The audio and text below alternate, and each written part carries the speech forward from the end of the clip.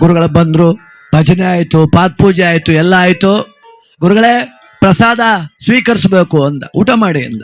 ಗುರುಗಳ ಕರೆದ್ರು, ಬಾಯಲ್ಲಿ ಪ್ರಸಾದ ಸ್ವೀಕರಿಸಿದ್ರೆ ಆಯ್ತದ, ಊಟ ಮಾಡ್ತೀನಿ. ಎಷ್ಟು ವರ್ಷದಿಂದ ಪೂಜೆ ನಿಲ್ಸಿದ್ದೀನಿ ನೀನು ಅಂದ್ರು. 10 ವರ್ಷದಿಂದ ಕಣಪ್ಪ ಅಂದ. 1 ವರ್ಷಕ್ಕೆ ಏನು ಕೊಡ್ತಿದ್ದೆ ನಂಗೆ ನೀನು? ಅದೇ 1,000 ರೂಪಾಯಿ ಕೊಡ್ತಿದ್ದೆ, 1 ಚೀಲ ರಾಗಿ ಕೊಡ್ತಿದ್ದೆ. 10 ವರ್ಷಕ್ಕೆ ಎಷ್ಟಾಯ್ತು ಅಂದ್ರು ಅವರು. 10 ವರ್ಷಕ್ಕೆ ಎಷ್ಟಾಯ್ತು? 10,000 ಆಯ್ತು. 10,000, 10 ಮೂಟೆ ರಾಗಿ ತಂದು ಮಡಗು, ಆಮೇಲೆ ಊಟ ಮಾಡ್ತೀನಿ ಅಂದ್ರು.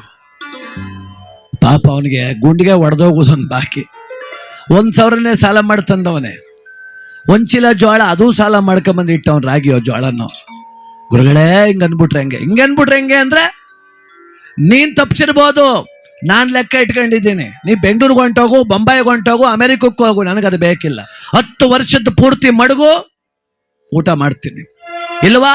ಎಂಥ ಲೋಕವಯ್ಯ ಇದು, ಎಂಥ ಲೋಕವಯ್ಯ.